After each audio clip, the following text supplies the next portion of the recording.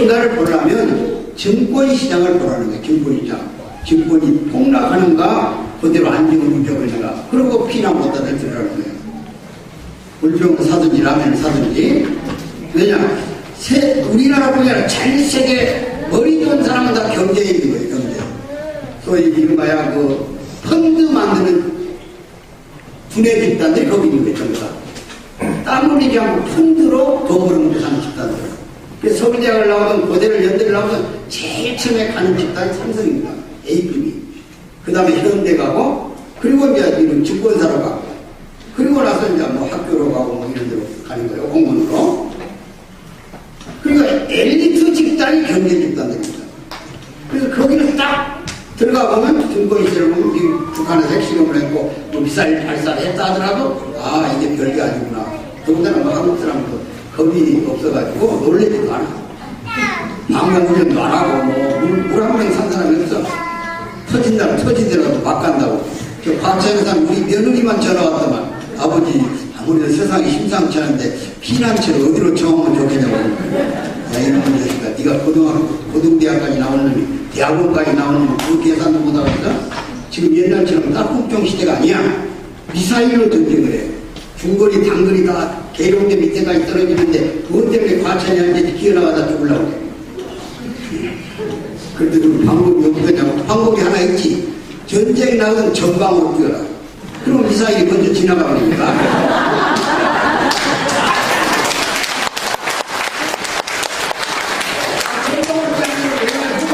서쪽 시대니까. 그냥 미사일과 중거리 300km, 200km, 500km 나가는데 밑으로 갈 거 뭐 있어? 가다 왜 맞아? 소나기를. 차라리 앉아 서 있거나 안 오는 거야.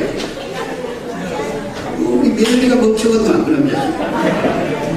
근데 나중에 연락이 와서 지하실이가 앉아있지 않을까. 그리고 물병은 챙기가 바라보지 내가. 물을 마셔야 되니까. 자, 그래서 한반도를 둘러싼 위협의 요인들 지금 이렇게 작용하고 있습니다. 이것을 어떻게 우리 민족이 자주적으로 문자 그대로 관리할 것이냐 이게 최고입니다. 바꿔 말하면 통일의 시대가 온다. 북한 권력이 붕괴됩니다. 그 붕괴의 방법의 시나리오가 두 개예요. 하나는 우리 한국 남북 간에는 감정의 골이 깊어서 민족끼리 내전이 일어날 확률이 있다. 그래서 위임 통치 내지는 친탁 통치를 해야 된다는 것이 강대국들의 의견입니다. 그래서 이미 번역을 논하나서 미국이 어디까지 갔고 러시아가 어디까지 들어오고 일본도 일부 들어오고 그 다음에 중국이 어느 지역을 관리한다고. 그것을 짧게는 5년, 길게는 10년 겁니다. 10년 동안 과거 정보를 갖고 있다가 어느 적정한 시기에 국민이 원하는 통일 정보를 만들어 볼 수 있다는 거예요. 완전 통일은 어려워요. 당장에. 바꿔 말하면 독일은 서독이 동독을 흡수해버린 거예요. 자동적으로 빨리 돌아갔어요. 빨리 들어올 만큼 동독이 그런 그 준비를 했다는 얘기예요. 1989년 11월 9일날 베를린장벽이 무너졌죠. 그때 서독이 동독에다 제안했어요. 두 가지를. 통일 독일은 화폐를 단일화한다. 그때 동서독의 경제가치는 서독과 동독의 합쳐 4배입니다. 4배. 그러니까 동독의 돈 가치가 서독 돈의 4배 낮은데 그것을 끌어올려서 동일하게 만들어주겠다. 이건 뭘 위한 포석이냐.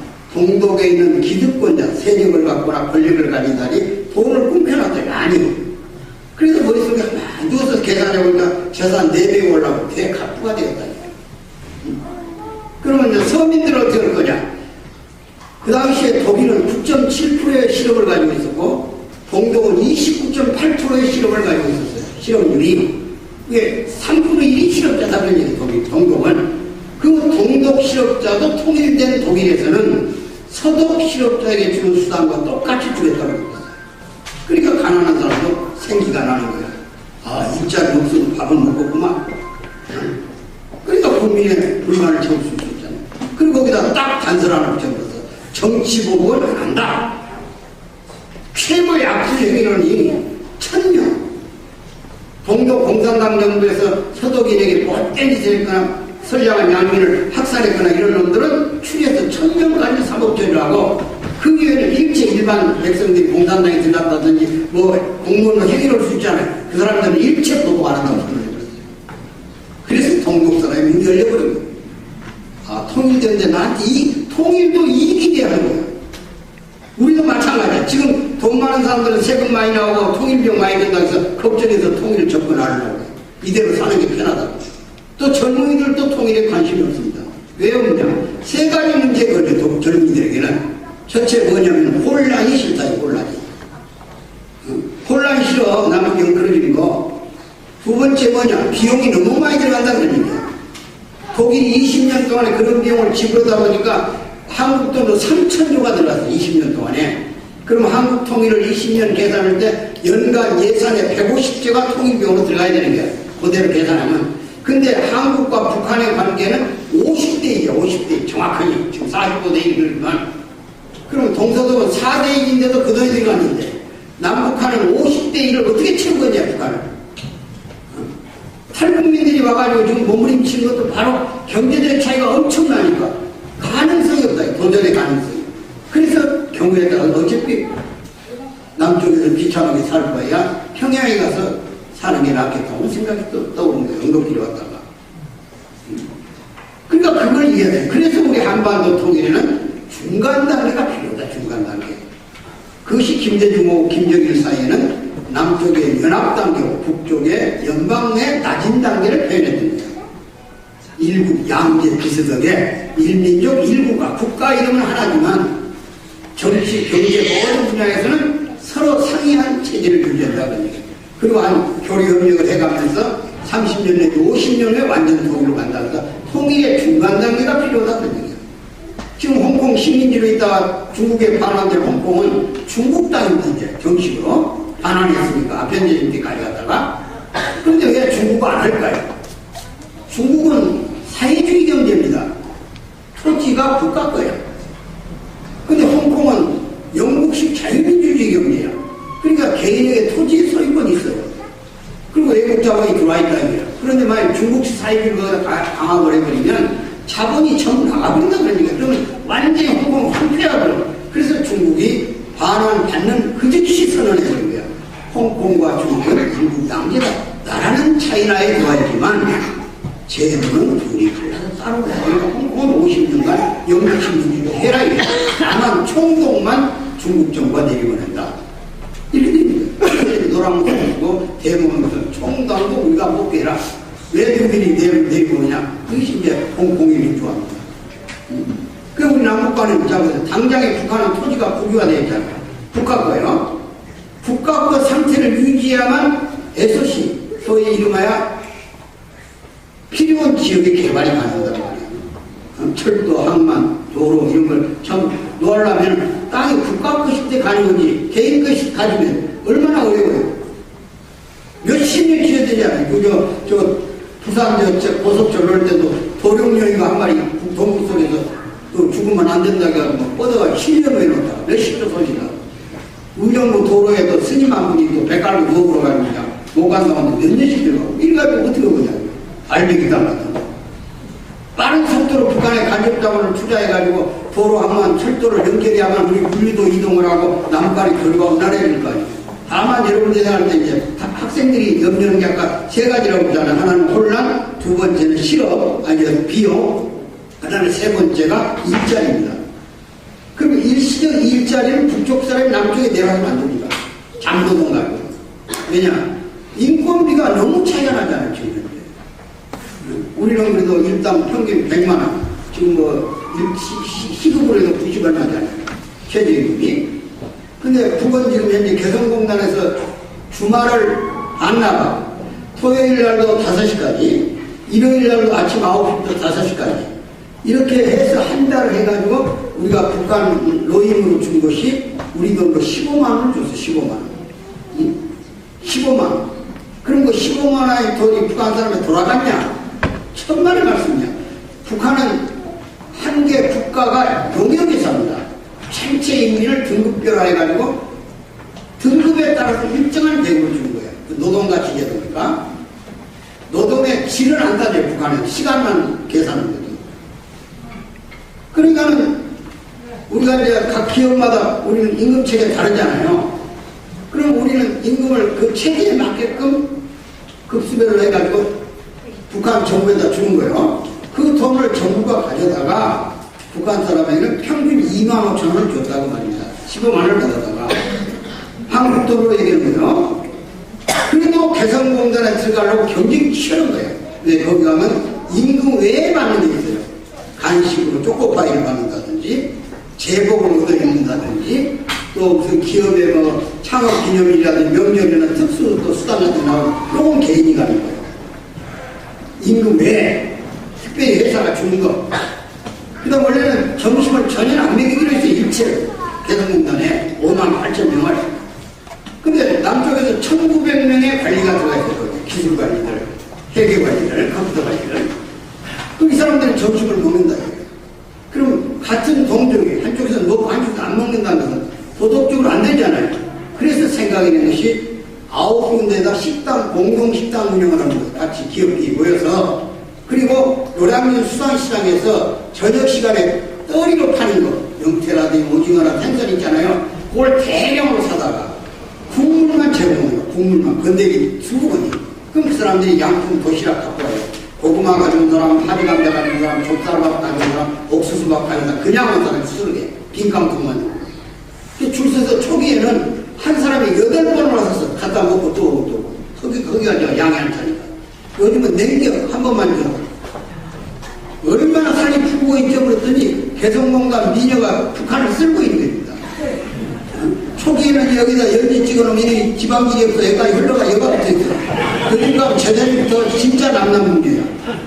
그러니까 개성공단에 와 있는 들이 머리가 튀기를 초코파이를 어제는 오후에 하나 주거든요. 오리온 초코파이를 이것을 10명씩 짝을 잡은 박수로 한 명씩 받아가는 거야.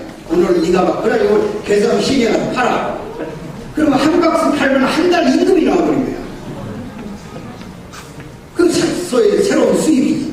그러니까 막말로 이제 15만원짜리 임금을 여기서 어떤 기업가가 비양심적이게 15만원을 주고 부리겠어. 최소한도 100만원 이상 줘야겠지. 북한 젊은 노동자. 이렇게 되면 여기 일자리도 이제 창출 줄어들겠죠? 그러니까 이것을 두려운다이야. 대학생들 머리가 얼마나 좋아요. 결혼도 포기했는데 지금. 그래서 절대로 그런 통일은 안 된다. 그럼 어떻게 할 것인가? 우리 기업을 북에다 칠 것인가? 우리 기업을 자동차를 원산해서 반도체를 해외에서 석유화학을 탐험소 만들고 흥남사. 그리고 거기에 맞는 수준의 임금 체계를 세워서 일자리를 창출해주는 거예요. 지금 우리나라 기업이 18,000개가 중국에 들어가 있어요. 얼마의 노동자를 지금 우리가 운영하고 672만 명을 쓰고 있어요. 한국 기업이. 중국 놈들은 사드 때문에 우리 롯데기업 죽이고 이런 놈들한테 그거 뭐 해줘? 더 값싼 노동력 찾아오는 거지. 북으로.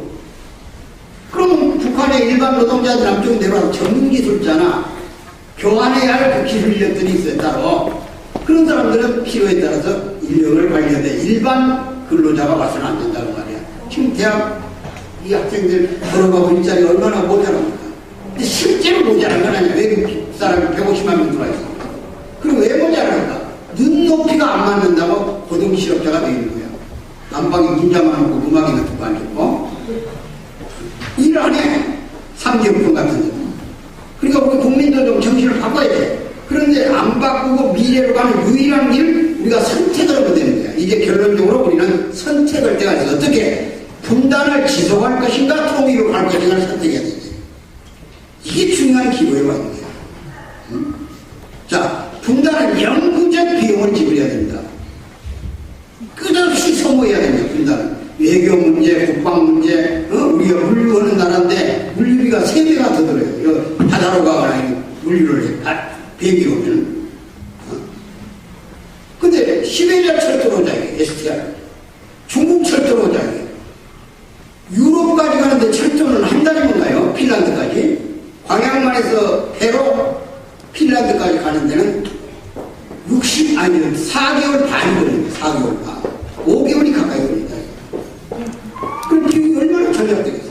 더 구체적으로 얘기하면 지금 포항에 제철 있잖아요. 제철. 철광 원석을 사다가 철광을 만드는 겁니다. 강철을. 그 원석을 어디서 가느냐? 브라질이라는 호주에서 가요. 거기서 톤당 100불을 줘요. 100불 원석을. 그래가지고 포항까지 싣고 오는데 4개월이 걸려요. 비용이 얼마겠어요? 근데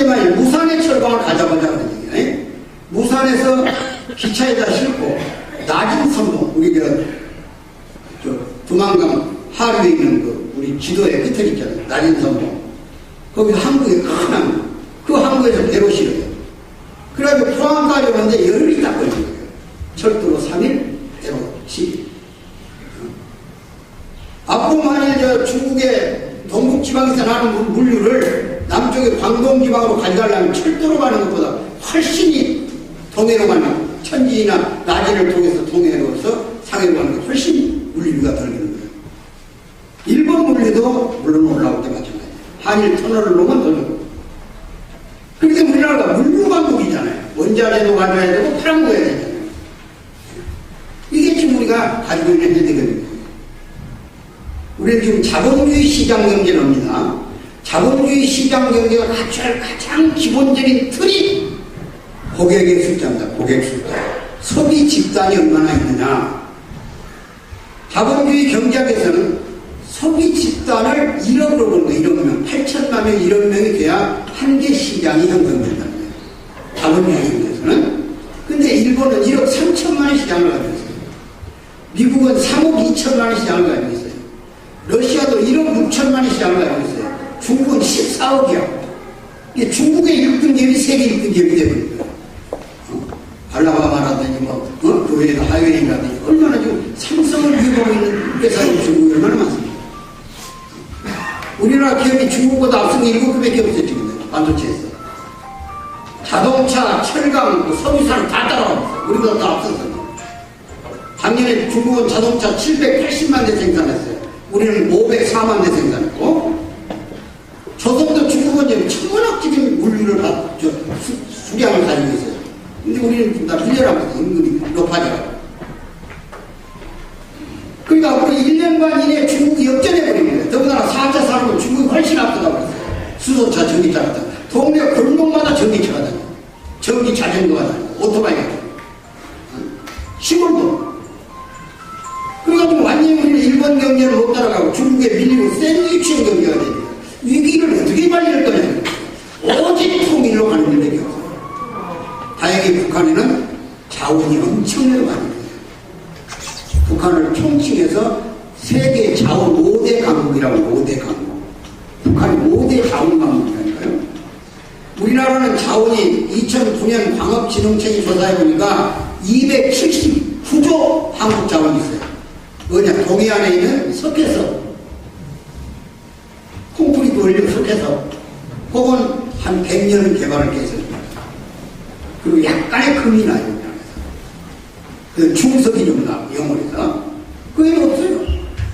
근데 북한에는 세계가 깜짝 놀랄 만한 자원이 있어요. 유연탄이 최고의 형질의 것입니다. 그 다음에 세계에 아주 귀한 마그네사이트가 나요, 북한에서. 세계 2위야. 마그네사이트 6,000도열에서 안 먹는 거. 그 다음 아이언이 있어요. 모든 물리의 기본 진료가 된 아이언. 더 중요한 원료가 북한에 나옵니다. 히토류. 일본이 중국산 히토류 갖다 쓰다가 그 센카쿠 열도에서 어선하나 납포해가지고 일본으로 끌고 가서 선장 구성시켰죠. 중국이 히토류 3일간 수출 안 해버리니까 문 닫고 내줘버리잖아요. IT 산업은 절대 필요한 진료예요. 이것이 북한의 중국이 최고의 생산국인데 히토류. 중국과 맞먹는 히토류가 북한에 배정됩니다. 거기다 금, 무산, 철강, 무지한, 몇백 년 전에 무지한, 톤당 80불이야. 무산의 것이. 호주 것이 100불. 그러니까 잘 남북 간에 활용하면 북한의 자원하고 자본이 만나는 거야. 자본 없으면 개발 못 하잖아요. 우리 기술과 북한의 노동이 만나는 거야. 그러면 이게 시너지가 돼가지고 남쪽의 제조업이 되살아나면서 성장, 남쪽은 11% 정도, 북한은 6% 내지 7% 성장이 되는 거예요. 그래서 30년 가면 북한이 이제 국민소득 한 7,000불 선에 올라갑니다. 지금 중국 정도. 식량 문제는 해결되는 거예요. 그러면서 한 50년 되면 어느새 똑같아요. 결혼하고 서로 사는 어느 나라인가 하나가 돼서 살고 있는 거예요. 자연스럽게. 통일은 뭐냐? 이 통일 원천이 이겁니다. 다른 것은 좁히는 거야. 같은 것은 넓히는 거예요. 그걸 통일하는 거예요. 똑같아질 수는 없어요. 다만 여기 전제 조건이 뭐냐? 다르다는 걸 인정하고 살아야 된다. 다르다.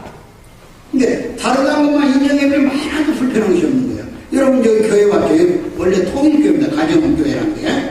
근데 여기 기독교인, 불교인, 유교인, 성당 다니시는 분 계시잖아요. 지금 하나도 안 불편하잖아요. 교회라는 걸 이미 알고 오셨. 이 발 딛기가 어렵지. 오셨다 이거예요. 이 또 옆에 분 보니까 이분은 교회 다니고 이분은 성당 다니고 하나도 안 불편하지. 아니까. 부부간에도 교회가 달려가는 사람이 있어요. 하나도 안 불편한 거예요. 다르다는 걸 알기 때문에. 이해하면 되는 거예요. 근데 다르기 때문에 틀렸다고 생각하면 못 만나는 거예요. 그럼 북한하고 우리 뭐가 다르고 뭐가 그런가? 이것도 알아놔야지. 같은 건 같은 문화권 속에서 사실은 통일 이후에 통일 국가로만 1300년 살았잖아요. 신라 통일 이후에 고려를 거쳐서. 그동안에 우리가 문화, 풍속, 민속 다 똑같아졌잖아요. 5월 5일 단오라는 여기만 단오가 아니야. 전체 대한민국이 단오입니다. 추석은 똑같아. 명절, 부모에게 효도하는 거, 인류 학교 보내는 거 똑같아 갑니다. 가정 중시하는 거. 남북한 똑같습니다. 하나도 안 틀려. 어느 약간의 차이가 나. 그래도 별거 아니에요. 예를 들어 평양에 가서 뭐 마스크를 쓰고 다니는 사람을 보고 저 마스크를 왜 썼나 그랬더니 선생님 코골이요. 그러죠. 마스크를 코골이라고 해요. 그 말이 이해해요. 마스크가 왜 이러냐. 그러나 그 안내하는 사람 옆구리를 툭 치면서 여성들 가슴에 내보내는 건 뭐냐 그랬더니 이름이 얼굴을 뭘 그랬더니 가슴 안경이요. 그러더라고. 안경은 안경 아닙니까? 거기도 원래 본 말이 있어. 접사게. 그러니까 이거 다 이해가 하잖아요. 금방. 여기서는 트럭도 그렇고 그쪽은 트락도 그래요. 그거 비슷해요. 소련형 언어고 미국형 언어가 왜 이러는가. 그런 것은 금방 통해요. 그러니까 교류가 되고 같아지는데 다른 것이 딱 하나인데 그것이 역사에 대한 이해, 그 다음에 분단에 대한 이해가 되는 거예요. 역사를 그대로 계급사고하는 겁니다. 업적을 중요시하는 출신 성분을 중요시하는 거예요. 세터민들한테 물어보세요. 성분에 따라서 인생이 결정돼요. 그래서 그 사람들은 직장에 가도 인사카드가 중요한 게 아닙니다. 당한 카드가 중요한 거예요. 당한 카드. 당한 카드는 뭐냐? 당에서 충성도를 측정하는 카드예요. 그래 군대가 1년에 한 번 휴가 가겠는데 안 갑니다. 왜 나라가 이태로운데 어떻게 가정을 보살피게 가겠냐? 부모가 아주 중병에 걸려서 사선을 헤맨다는 통보를 듣고도 어디 나라 상황을 일편단식으로 휴전선을 바라보면서 나는 그 기간을 지냈다. 이렇게 기록에 나와야 이게 감부가 되고 출소하는 거예요. 짜르르 휴가 왔다고 가버리고 뭐 제대했다고 달려가고 뭐 직장에 절대 감부 안 됩니다. 그것을 당한 카드라고 해요. 내 말이 궁금하면 탈북자를 물어봐야 당한 카드가 뭔고. 그 다음에 날마다 생활총알이야. 조직에서 생활총알, 자기 반성하는 것을 사회총알이라고 그러고, 사회총알, 일반 개인이, 농촌주택이나 개인들 중에서 사상도를 두는 것을 생활총알이라고 합니다. 마치 성당에서 교회성사하듯이 당과 수령 앞에 잘못된 것을 고발하는 거예요. 서로 상호감시. 반드시 자기 반성도 하고 상대방도 하나를 고발해야 돼요.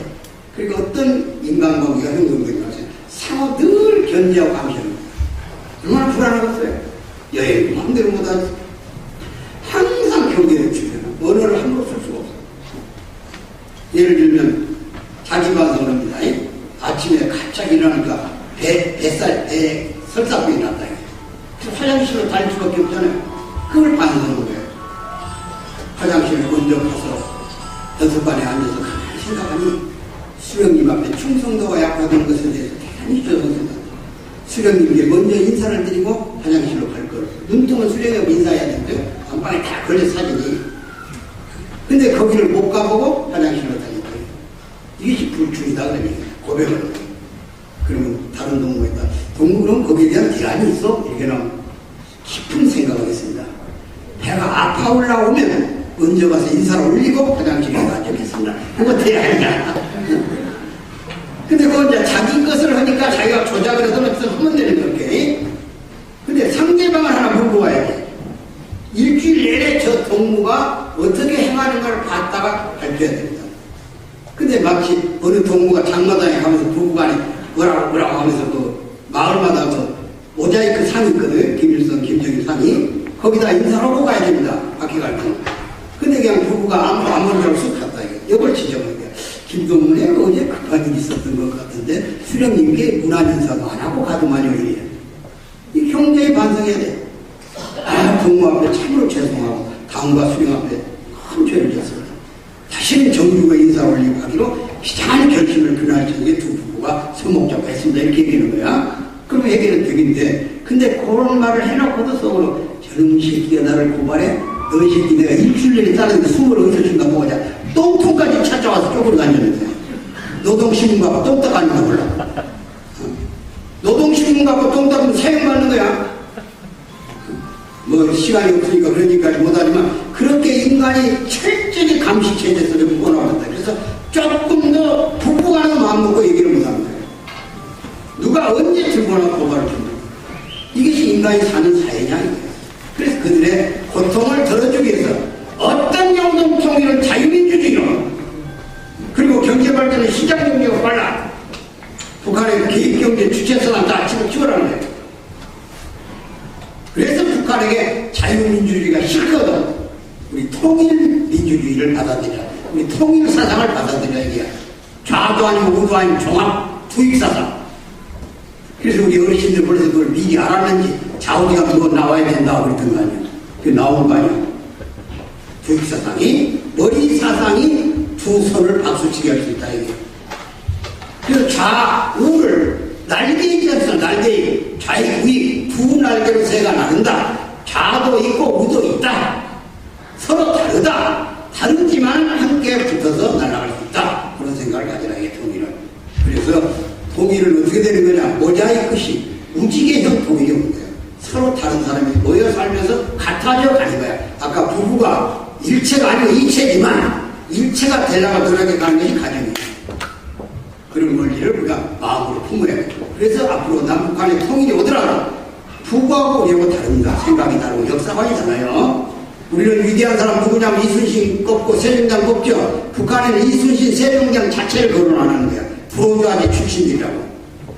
제왕이고 이순신 장군도 양반 가문의 부잣집에 태어났다 이거야. 그래서 인간 업적을 평가하지 않은 계급. 오직 북한의 위대한 인물은 김일성 혈통하고 그 다음에 이제 거론된 사람이 소위 이름하여 바보 온달이야. 바보 온달이. 머슴이 장군까지 올라왔다는 출신 성분. 이것을 우리가 차이를 알아야 돼. 그걸 어떻게 좁힐 거냐. 그 정치 체제가 그게 돼. 우리도 국사 교과서가 서로 다투잖아. 자기 이름을 쓰려고. 그건 더 그런 거예요. 일제. 그 조선 전사라게 북한에 책이 있어. 66권이야. 66권. 그 66권 중에 37권이 김일성 일대 가문의 일기야. 별거 다 쓰나 김일성이 6살 때 뭐 솔방울 가고 일본 놈을 잡았다나 어쨌다나 별놈들 다 쓰고. 이런 현실을 우리가 볼 때 이제 경제적으로 이만한 여유가 생겼어요. 그러면 우리는 이제 북에 대한 책임을 져야 돼. 그걸 방치한다는 것 자체가 중요해요. 동의하십니까?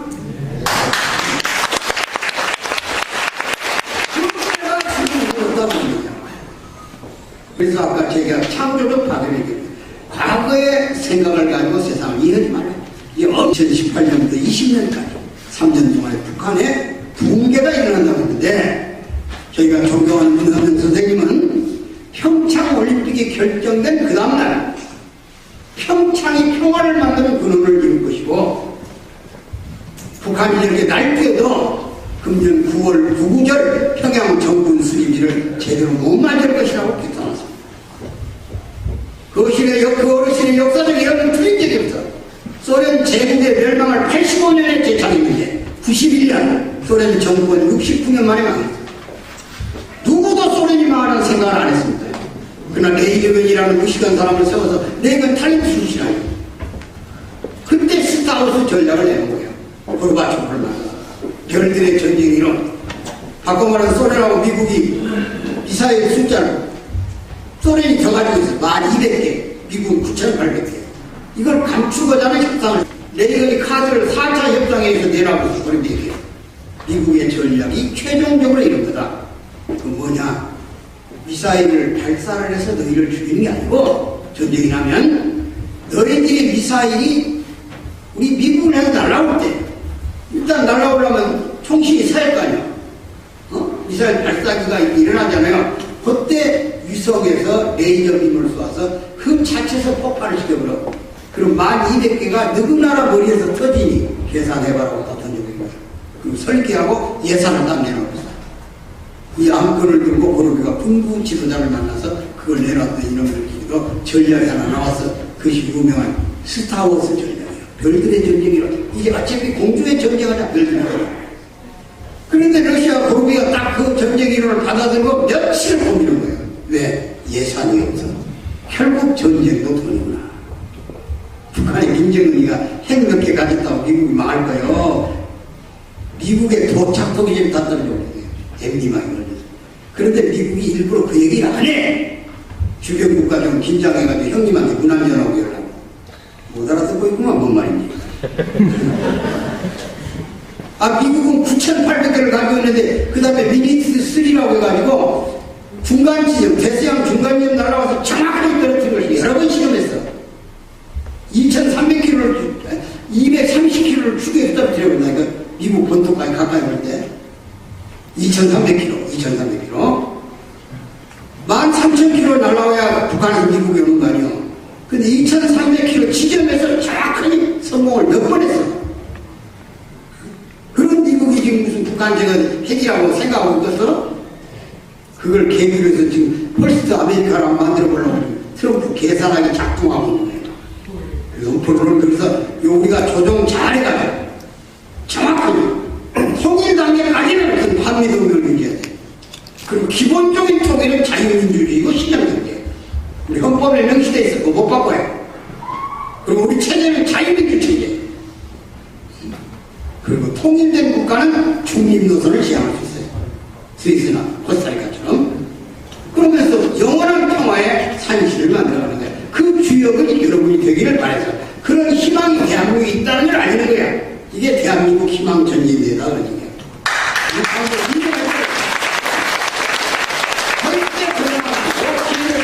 절대 미래로, 세계로 우리의 비전, 꿈을 지불해가면 세계를 움직이는 축이 됩니다. 여러분 제가 재밌는 얘기 하나 해볼게요. 어떤 분이 절대로 그러더라고요. 당신은 내가 원하는 대로 마음대로 끌고 다닐 수 있습니다. 그럼 가만히 생각해보니까 그럴 것 같지는 않아. 나도 저항을 해야 되고 그건 나름대로 힘을 쓰는데 그래서 뭘 하고 그러더니 약 1분간의 시간을 줘야 된다고 자기 허락한 시간을. 그러면 지 맘대로 끌고 다닙니다. 뭐냐고 그랬더니 이 머리털 하나 싹 뽑아가지고 내 젖꼭지를 묶는 거예요. 남자가 있지도 않은 젖꼭지를 이걸 묶어놓고 끌려다니는데 천리도 끌려다니지 않지만 죽것도만 사정을 해서 풀어더라고. 핵심 포인트를 딱 잡은 세계를 돌아가는 거야. 한국은 지역적으로 적고 인구도 적고 자원도 적지만 우리가 평화라는 말투를 딱 박아놓고 세계를 돌립니다. 죽었다 깨라도 한반도 중심의 평화는 전쟁을 종결시키자는 없습니다. 그러니까 평화를 만들어주는 통일로 가는 거예요. 그것은 어떻게 생각할까? 중국이나 미국이나 일본이나 중국은 중국 지금 종말에 와가지고 영구 집권을 시진핑이가 아주 모주 속도 같은 상황 올라왔죠? 근데 푸틴 지금 20몇 년째 집권하고 24년째인가. 이것도 지금 독재자로서 넘버를 고작 붙였죠? 일본 아베 정권 올라가죠? 트럼프 시한적으로 지금 북핵 문제를 해결하라고 할 일이 없다고 생각하나 한반도 문제가 해결이 아니에요. 그것을 경제적 용어로 세계는 이미 해징 전략 시스템 속에 들어왔다는 해징. 해징이란 뭐냐? 모든 일이 단순하게 군사적 문제로 해결되는 게 아니고 경제, 정치, 문화에 영향을 주는 복합적 시스템 속에 들어가고 있어. 그래서 어떤 것도 물리적 수단으로 가능하다는 거예요. 어느 하나가 의시하면 다른 것 하나 약화되고 있는 거예요. 그래서 판단이 복잡해. 그걸 해징이라고 해요. 이미 한반도는 해징 전략의 정점에 와 있다. 딱 답은 하나다. 한반도를 통일시켜서 평화지역을 만들 때 세계의 모든 대결은 종식될 것이다. 30년 전 우리 서울 올림픽에서는 동서냉전을 종식시켰고 평창올림픽에서는 드디어 평화를 번창시키는 지역으로 세계로 확산해갈 것이다. 이것이 조그마한 동기가 된 것 같지만 위대한 역사의 근거를 제시해줍니다.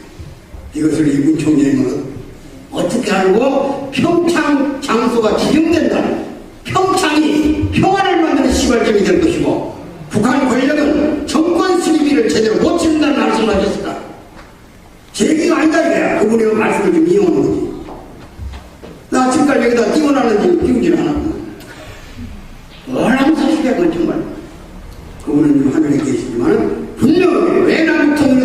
우리나라를 만들었고 UPF를 만들었어요. 이미 한국의 정치 시대가 민주주의잖아요. 우리나라가 민주주의는 메시아를 맞이하게 환경을 만들기 위해서 정치제도가 생긴 거예요. 메시아가 이름이 오면 우리가 신정국가로 가야 돼. 신정국가. 그래서 신이 직접 대한민국을 관리해야 돼. 그래서 신한국이라는 말이 나온 거야. 그냥 나온 게 아니에요. 그래서 이건 헌법 개헌에 대한민국은 하나님이 선택한 나라다. 천성민족이라는 문구를 집어내야 돼. 북한은 그래서 김일성 국가로 만들어놨어요. 하나님이 도와서도 있는데 왜 우리 헌법이 대한민국은 한인 천재가 하늘에서 한국을 내입원해가지고 당군을 낳아서 나라의 통치를 개국을 시작했으니 하늘이 세운 나라 아니야. 그래서 대한민국은 천성민족이다를 헌법에 규정시켜라는 거야. 정치인들이 눈이 뜨는 거야. 개수작 떨지 말고 지저분한 거. 어디 보면 얼마 전에 카톡에 떴는데 날이 가물다 비가 오니까 지방 국회의원 하나가 찜차 타고 농촌 시찰한다고 차 몰고 가다가 미끄러져가 뒤집어졌더만 차가. 그래가지고 그냥 운전수는 그 자리 직사하고 국회의원 놈들에게 철회기가 못 나와오는 동네 이장이 삽 들고 나가서 묵고 관리하러 가보니까 김 의원이 막 소리소리 지르는 게 나를 살리더라고. 근데 이장이 앞뒤 살피다가 들고 간 삽으로 그 국회의원을 묻어버렸더만 하네. 놀라울 일은 여기 경찰이 그때 누가 신고해야지 수사관 두 사람이 와서 김의원 어디냐고 찾아가 이 속에 있다고. 왜 이렇게 묻어버리냐고 이장 얘기 들어보라고 일리가 있더라고. 지 말로는 살았다고 살려달라고 하는 거야. 근데 믿을 수가 없어서 묻어버린다는 거야. 국회의원을 어떻게 믿냐는 거야. 지금 이 나라 정치가 갈등을 부추기고 혼란을 부추기고 국가의 목표를 상실시켜버린다 이거야. 적어도 통일 문제에 관한 같은 소리 해야 돼. 나라의 안보에 관한 같은 소리 해야 돼. 그 얄팍한 계약 쓰지 말고 주사파인 종북인 그따구 소리 쓰지 말라는 거야. 정확하게 자유민주주의로 해야 돼. 인권이 보장되는 기본권이 없는 나라에서 어떻게 국민이 살 수 있어. 목숨을 걸고도 반대해야 돼. 그래서 아직까지 통일할 때까지 자유민주주의로 뭐 반대도 할 수 없어. 내 소자 주관이 있다 주장이. 동일은 박순학제에 대한 편안하지.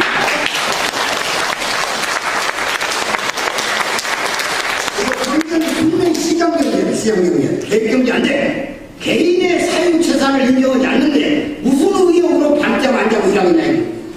그 북한 사람 제일 처음에는 논란이 두 가지야. 하나가 무슨 놈 간판이 이렇게 많이 하냐. 논란을 거다. 이거 다 자기 피하라는 거야. 물건 더 팔라고. 그 다음에 왜 이렇게 밤에도 돌아다니냐는 거야. 밤에도. 퇴직하면 딱 가서 집에 가 잠들고 조용하거든. 우리는 밤중에도 보시도 지금 애기를 만나서 돌아다니면 이익이 있으니까. 이것이 경제를 활성화시키는 거야. 개인 것을 주지 않는 절대로 발전하는 거야. 그래서 북한도 맞으면서 농가 청부의식 방식이라고 협동체제를 가족 단위로 논아가지고 일부 논아줬더니 생산이 더 오르고 기업도 국가가 하는 게 아니라 개인들이 돈 조금 모아가지고 자기가 경영해가지고 이익을 국가에 20% 내고 나머지 먹으라고 했더니 몇 개만 기업들이 생겨서 준 북한에서. 그러니까 이제 경제 맛을 봐버렸다 이거. 그러면 이제 경제에 대한 맛을 보면 소득에 준해서 소비를 넣으셔야 돼. 소득이 안 나와도 소비 버릇을 못 고친다 이거. 우리가 카드만에서 외장을 쓰듯이. 그러니까 북한도 이제는 더 이상 경제적 더 이상 고난이시 95년 배고파서 밥 굶어 죽던 시대로 못 들어가. 그러니까 김정은이로서는 결단해야 돼. 이제는 핵이 더 중요해. 핵을 밥 못 이겨. 관리만 들지. 핵실험하는데 하나 2조 3조 들어가. 미사일 한번 쏘는데 3천만 원 시켜. 3천만 원 우리 돈으로. 적은 돈 아니야. 뭘 가지고 그러겠어. 그동안에는 외국에서 마약 팔고 돈 찍어내고 별짓 다 해가지고 훔쳐다가 정치하고 썼는데, 그 다음 우리 개성공단 돈 줬지, 금강산 구경했다고 돈 줬지 썼는데 지금 다 떨어져 버려서 좀 제재해가지고 세간다리 보이것이라고 기업 은행까지 다 막아버렸다. 그래서 이제 최종 결정적으로 못 뽑겠다. 나를 살려더라. 이거 원하는 걸 신사보다 과거처럼 적당히 못 간다는 거죠. 체제가 자체적으로 붕괴되어버린다니까. 그럼 평화적으로 관리하는 시스템으로 북한이 가도록 유도를 하는데 우리의 지혜가 필요하다. 이제 한국의 역할이 필요해. 그래서 절대로 북한 체제 붕괴 전에 스스로 권력에서 물러나든지. 여러분 혹시 요즘 저 강철기라는 영화 보시면 재밌더라고요. 개성공단 시켜놨다 쿠데타가 일어나고 김정은이가 총 맞아가지고 병원 찾으러 왔는데 언덕길에 파주로 와버렸더만. 근데 그 파주 밤중에 병원이라고 산부인과를 찾아와서 이러니 외과에 충상이 났는데 그러니까 그 다행히 산부인과 이제 우리나라 외교안보 청와대 외교안보 수석의 부인이야. 그 급히 전화를 해서 그래도 김정희 같은 몸무게 한 130kg 나가는 거 같다. 그 당시 마마랑이 비밀하고 김정희야. 그래서 이걸 꼬셔가지고 김정희를 데리고 온 놈을 꼬셔가지고 서울병원 외과로 가서 치료를 딱 치료해서 국정에다 연락을 해서 여기 주석이 와 있다고. 위원장. 그런데 북쪽에서 살아있다는 것 때문에 반쿠데타가 일어나가지고 또 제자리에 갔더만. 그래가지고 협상이 들어왔어. 제발 안전하게 좀 북으로 보내달라고. 근데 이쪽에서 그냥 보내서 언급길에 온 것을 그 제안을 했더만 핵탄두를 절반씩 넣자. 그래야 둘이 비슷하게 갖고 있어 싸움을 할 거 아니야. 그랬더니 김정일이 얼마나 그 체제에서는 중요한 거예요. 그리고 핵탄 6개를 갖고 왔더만 남쪽으로. 그래 둘이 분배하더만 아주 재밌더만. 그렇게 해결하는 방법도. 그러니까 부분이 다 가면 끝이 나는 거예요. 어떤 일들. 그런 기회가 우리 앞에 왔다는 걸 알고 우리 준비하자. 이것을 우리 국민연합연대에서는 이미 3년 전에 4년 전에 통일준비 국민연대를 만들었고 국민이 주인이 되자. 그리고 한반도의 평화관리를 위해서 유엔 5사국을 유치해서 100만 성명을 받은 거예요. 100만 성명. 그 힘이 얼마나 크거든. 이런 시대가 우리 앞에 와 있다는 걸 알고 오늘 여러분들 머릿속에 있는 통일을 가슴으로 끌어내고 옆에 주변에 탈북자들하고 통곡을 해야 돼. 그들이 감동을 받아야만 그게 다 일어납니다. 통일이 아니더라. 친형제보다 더 잘하더라. 그런 마음을 가지고. 그래서 여러분 호주머니를 풀어내야 돼. 호주머니에 동전이라도 먹으면 정통이 되십시오. 통일 헌금을 만들어. 그리고 재산을 좀 내놓을 각오도 해야 돼. 북한은 경제적으로 지원 안 할 수 없어요. 방법이 없어요. 그리고 일본의 조총련 민단을 통하고 우리의 저력을 모아서 북한 사람이 동독이 서독에 말려 들어온 제도를 제시해야 돼. 북한 사람이든 지원을 인프라고 우리가 해주겠다. 1년에 70조 정도는 너희들이 예산을 써주겠다. 그리고 우리 기업 몇만 개를 그쪽으로 가져가겠다. 이래서 같이 사는 시대를 열어가기를 같이 다짐하면서 가져가십시오. 감사합니다.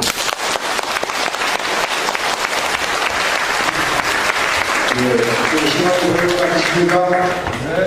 우리 앞에 신앙의 대로가 활짝 있는 같은 느낌을 이번 강의를 통해서 깨닫게 됐습니다. 이제 우리는 정말 남북 통일 시대를 우리의 생전에 목격하고 또 활짝 열어가는 주인공이 되어주실 줄 믿습니다. 오늘 이렇게 열강을 해주신 박사님께 다시 한번 감사합니다.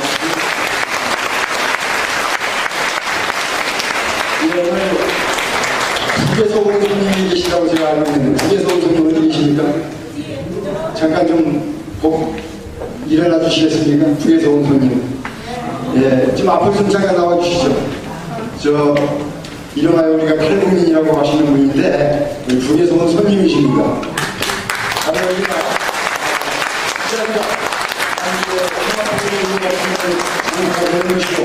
이런 분들이 우리와 함께함으로 말미암아 비로소 통일의 대도가 활짝 열릴 수 있습니다. 저는 대한민국에 2004년도에 입국해서 지금 15년 정도 대전에서 살고 있습니다. 여러분들 덕분에 참 행운하고 정말 여러분들 내신 그 세금으로 정말 지금 가족들 다 데리고 와서 행복하게 살고 있습니다. 감사합니다. 함께 해주신 사람에게 앞서서 주시기 바랍니다. 고맙습니다.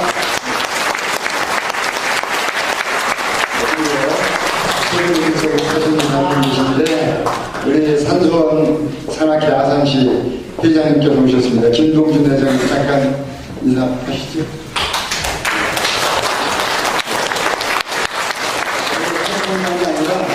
더 좋은 우리 통일단체를 이끌어가시는 귀한 역할을 해주시길 바라겠습니다.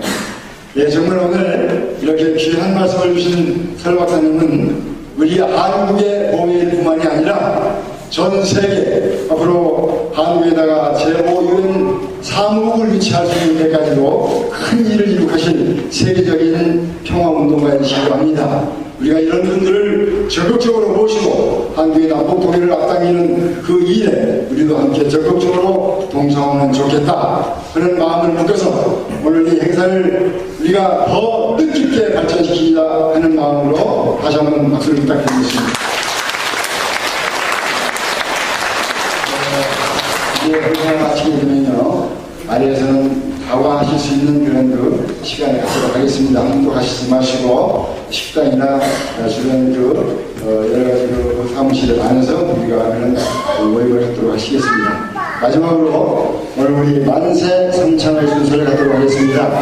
박영주 평화대사님께서 나오셔서 만세 삼창을 우렁차게 제창해 주시겠습니다. 모두가 자리에 들어가시기 바랍니다.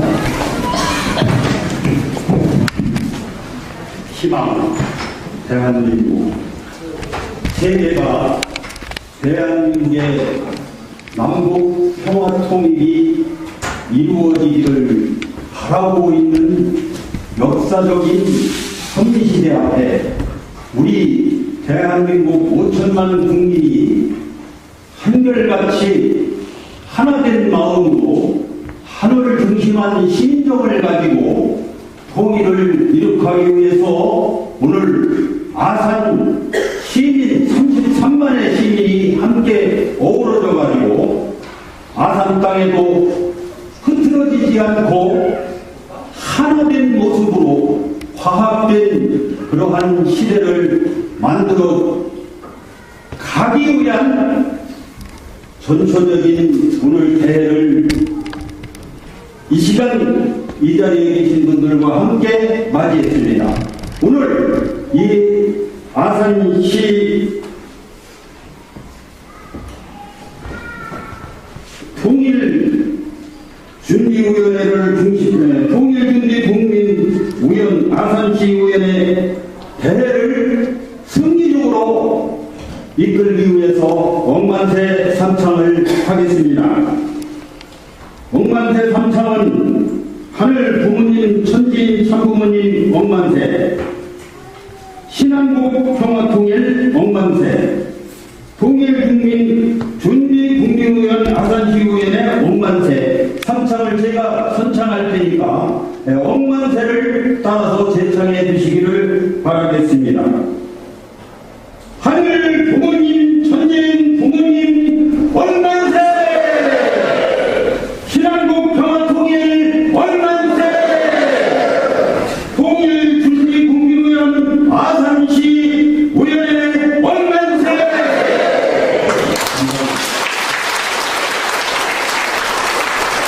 이상으로 오늘 행사 모두를 마치도록 하겠습니다. 한 가지 안 하겠습니다. 다시 앉아주시고요. 기념사진 하나 하겠습니다. 기념사진. 죄송합니다. 잠깐만 앉아주세요.